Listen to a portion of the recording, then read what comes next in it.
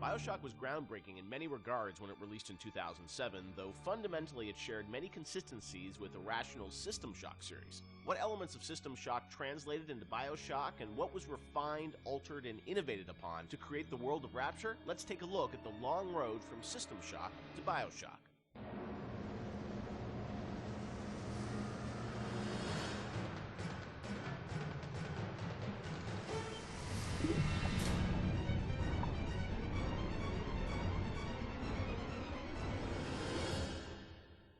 Everyone knows where the game ended up, but I think fans would be interested to learn where this game or the idea of doing this game started. And I think, you know, folks know System Shock and the legacy of that game, huge fan base. Did it start as a System Shock game initially? No, I mean, because we didn't have the rights to that, right? We kind of felt that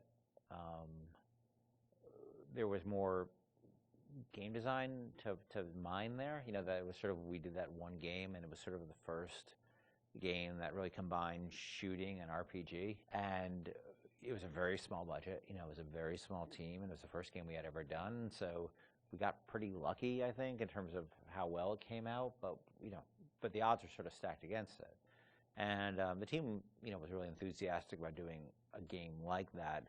And time had evolved, and the team was much more. We had done a bunch of games together, and we were, we had a stable technology base, and we were like, okay, well, which System Shock 2 was not. I mean, that engine, no game had ever shipped on that engine. It was a very crude piece of technology. Most of us had never shipped a game at the time. So like, well, what if we had a stable technology base, and we had a team that was more experienced and more seasoned, and we had, an actual, like our director, and which we didn't really have on System Shock 2. What could we do? And so I think there was a lot of enthusiasm in the team to really try to do a more mature version of that kind of game.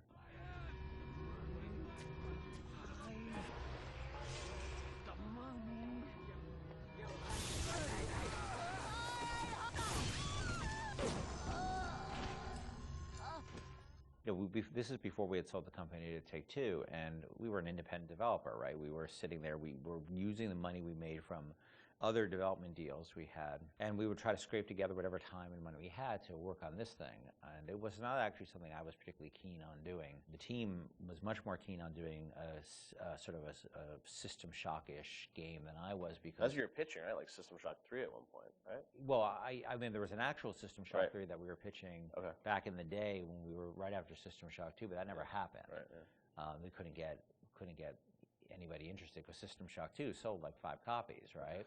And so as the business guy, the guy who had to not only just sort of write the content, but the guy who had to go out and get the deals and pay everybody, I wasn't particularly excited about doing this, because it was very disappointing when we did System Shock 2 and nobody bought it. It got great reviews, it got these insane reviews, but it left us in a place where it didn't really move the needle for us in terms of making payroll. So I wasn't super excited about it, because I didn't see I didn't see a publisher be interested in it, and I didn't see the audience actually be particularly interested in this kind of game. And it was really the team who convinced me to invest in this, because they're enthusiastic. I think a lot of them came to the studio because of System Shock 2.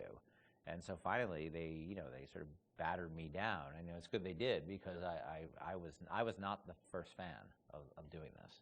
And I know initially there was something called the Serene Dawn.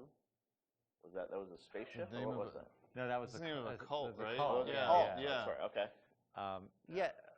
That one's, I think, been lost to the... If I remember correctly, Serene Dawn was a cult. You were playing as a deprogrammer that was infiltrating the cult, and your name happened to be Carlos Coelho, who was one of our programmers at the time. It's named after him, yeah.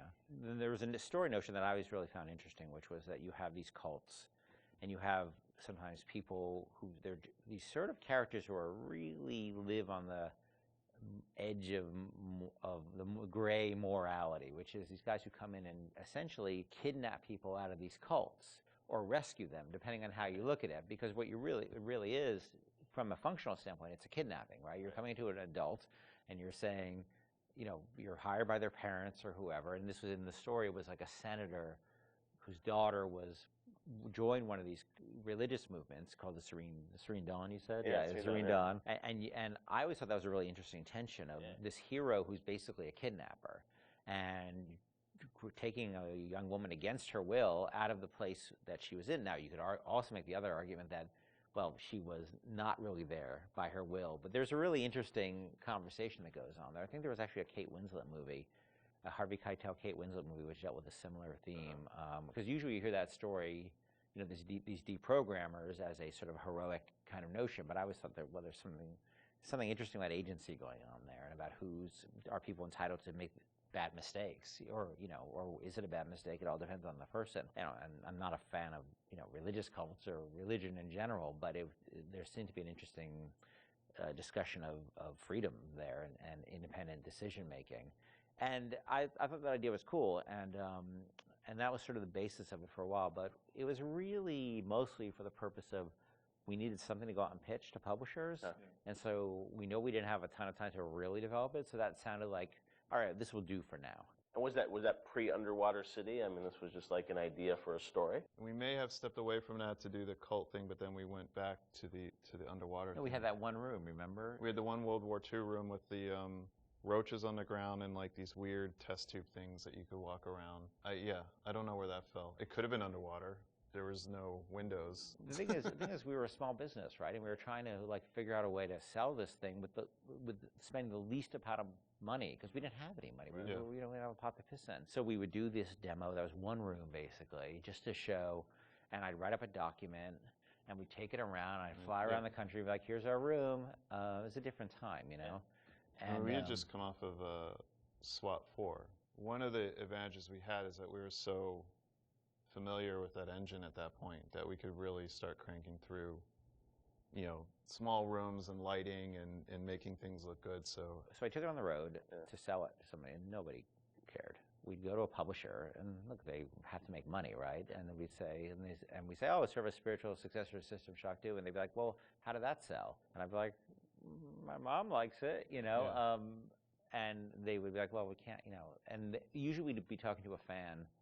A lot of executives, like sort of junior executives, were fans of System Shock, and they'd go to their boss and they'd be super excited, and their boss would open up, their Excel spreadsheet and be like, no, we can't do this. And I think the pitch probably evolved as we kept trying different permutations trying to sell, but we're also out there trying to sell like 2 or 3 other things at the time. We had a pitch for a game called Monster Island, and well, our SWAT 5 pitch was Zombie SWAT. Yeah, we had just come off of SWAT 4, which is like hardcore tactical, and we decided they wanted us to do another SWAT, and we didn't really want to do another hardcore tactical game. So we're like, what if we added zombies to SWAT? Like, you're a SWAT team that fights zombies and werewolves. That sounds awesome. And it was like, no, it doesn't. And this is before. This is like before zombies were a thing. Yeah.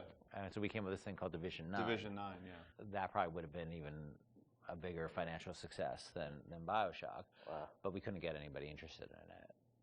We didn't have enough werewolves in the demo, I think. We had 0 werewolves in the demo. Yeah, we were going to have werewolves, weren't we? Werewolves and vampires. That was the whole, really? Yeah, werewolves, the whole, vampires, like, zombies? just throw it all the Universal Studios monsters from like... Oh, wow. Yeah. So what happened was we couldn't sell it, but we were always sort of independent-minded. And so I said, well, what if we sort of did this in reverse? Instead of getting a publisher first and then doing a press tour on it, what if we sort of did the press first? Yeah. And we called up a guy, Andrew Park, who's at GameSpot at the time, who was a fan of System Shock 2 and a great guy. And I said, well, will you come out and look at this thing we're doing and write a story on it? And he was like, sure. And Andrew flew out, and we showed him what we had, which is this very, very rudimentary thing about an underwater base. And he wrote up an article and sort of featured as like, this is the spiritual successor to System Shock 2. And the next day, the phone started ringing from publishers who now all of a sudden saw the article was getting all this pickup and all these comments, and people were excited. And that really, I think, put it over the top in terms of being able to sell it, even though it was not Bioshock at that point. It was called Bioshock, but it was not Bioshock. There would have been I don't think there would have been a game. We never would have sold it without Andrew coming out doing that. My belly's full of angels.